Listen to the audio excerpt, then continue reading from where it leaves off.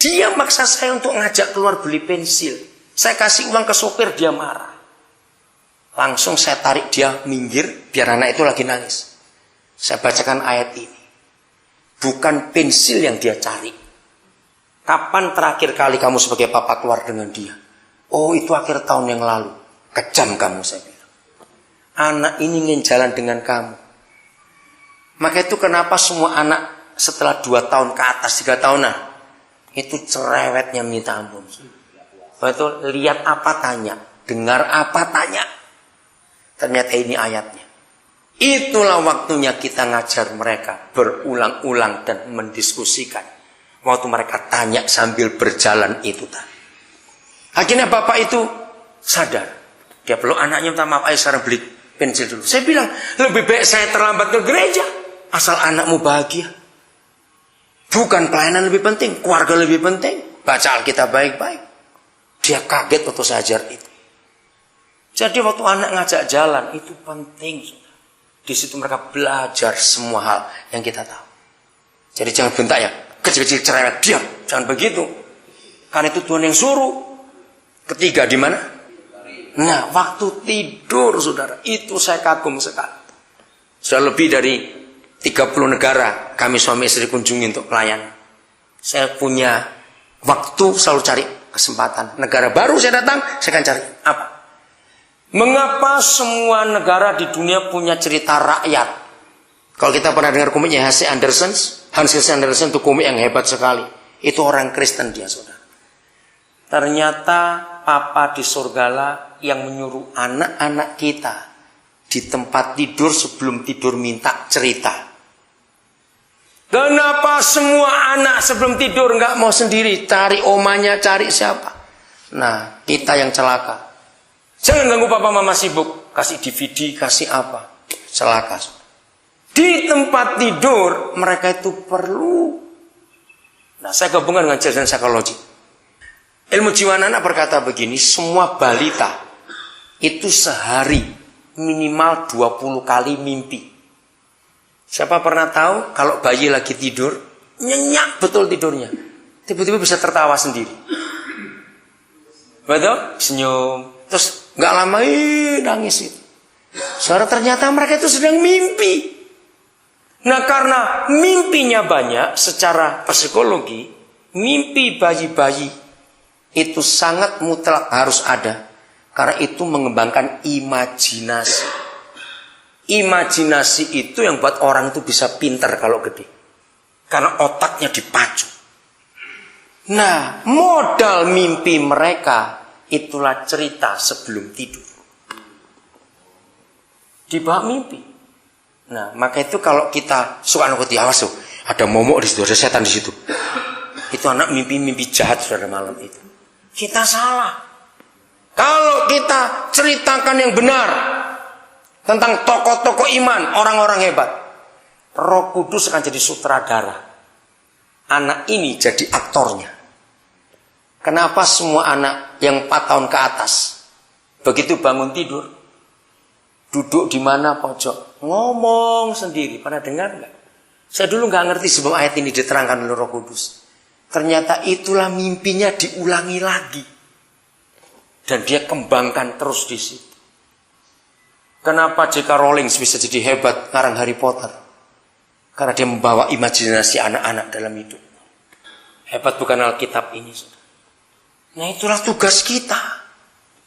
Tempat keempat di mana? Kita ngajar di mana tempat keempat? Kalau bangun. Kenapa semua balita kalau bangun pasti nangis? Karena dia cari teman. Mau cerita lagi tadi mimpi apa? Hebat ayat ini. Begitu ayo orang tua kita jadi baik. Kalau kita sudah terlambat, anak besar cucu jangan lupa itu, beritahukan. Anak-anak teman kita beritahukan ayat ini. Jadi masa emas ini hanya berlaku sekali seumur hidup. Sebelum mereka umur 7 tahun, jangan lupa. Itu bisa duduk di rumah. Kalau sudah besar tidak bisa. Nah, apa yang terjadi? Kita sombong. Kamu ngelawan papa. Nah, betul nggak? Kamu ngelawan papa. Hari itu juga hubungan putus langsung. Anak dengan orang tua. Langsung putus. Harusnya nggak begitu. Saya belajar dari Roh Kudus. Saya kagum. Dengarkan ini. Waktu saya mengupas kata belajarlah kamu dari anak-anak. Jadi siapa lebih pintar dari kalimat itu? Orang tua atau anak-anak? Nah, jangan merasa pintar di depan anak. Ternyata mereka lebih pintar. Belajarlah kamu dari anak-anak. Dari kalimat itu saya bisa uraikan banyak. Saya kagum sendiri. Seharusnya kita menghormati dosen, bukan dosen menghormati mahasiswa. Renungkan kata ini. Kalau saudara dan saya sebagai orang tua menggunakan ayat itu, belajarlah kamu dari anak. Jadi mereka itu dosen kita loh, saudara. Jadi kalau kita sapa Prof, selamat pagi, apa kabar Prof? Hari ini mau belajar apa Prof? Harusnya begitu. Kalau kita bentak dosen, kita nggak lulus. Hebat ayat itu, saudara. Nah dari situ saya punya kesimpulan. Dengarkan ini. Ketika kita berkata kalimat ini, mengapa kamu gak pernah ngerti papa? Itu kalimat yang sangat salah. Bukan cuma 100%, 1000% salah. Saya mau terangkan di mana salahnya. Kenapa kamu gak ngerti papa? Jawab pertanyaan saya. Antara kita dengan anak-anak kita, siapa yang pernah jadi siapa? Ayo yang lain jawab. Siapa pernah jadi siapa antara kita dengan anak-anak kita? Nah, bayangkan bagaimana mereka bisa ngerti kita. Mereka belum pernah jadi seperti kita. Renungkan kalimat ini. Betapa salahnya kita. Harusnya kita yang ngerti mereka. Bukan mereka kita paksa ngerti kita. Ini gak ketemu. Ayo kita minta maaf pada anak-anak kita. Bahwa kita salah. Saudara lihat. Sudah ada berapa juta dokter. Bukan dokter ya, dokter. Ahli bayi-bayi. Ahli anak-anak. Belajarnya dari siapa? Mereka neliti apa? Ya sudah. Jadi siapa dosennya? Hebat sekali. Ayat itu dahsyat. Belajarlah dari mereka. Dalam segala belajarlah dari anak-anak. Kita akan kaya dengan hikmah. Hampir 80% pewahyuan firman yang saya terima, itu tiap kali saya kumpul anak-anak kecil. Karena dengan kumpul anak-anak saya belajar banyak hal tentang mereka. Itu menarik sekali. Kalau liburan seperti cerita kemarin, itu mereka tinggal dengan saya, nginep dengan saya. Jadi mereka tahu gimana saya gosok gigi, mereka belajar. Gimana saya pencet odol, mereka lihat. Bagaimana saya ngelipat pakaian kotor, dia ngelihat, anak-anak ngelihat. Itu kalau pulang mamanya cerita balik ke saya. Jadi ayo kita belajar dari mereka. Apa yang kita bisa berikan kepada mereka. Menarik sekali. Jadi kita yang harus mengerti mereka. Nah, ini prinsip Alkitab lagi.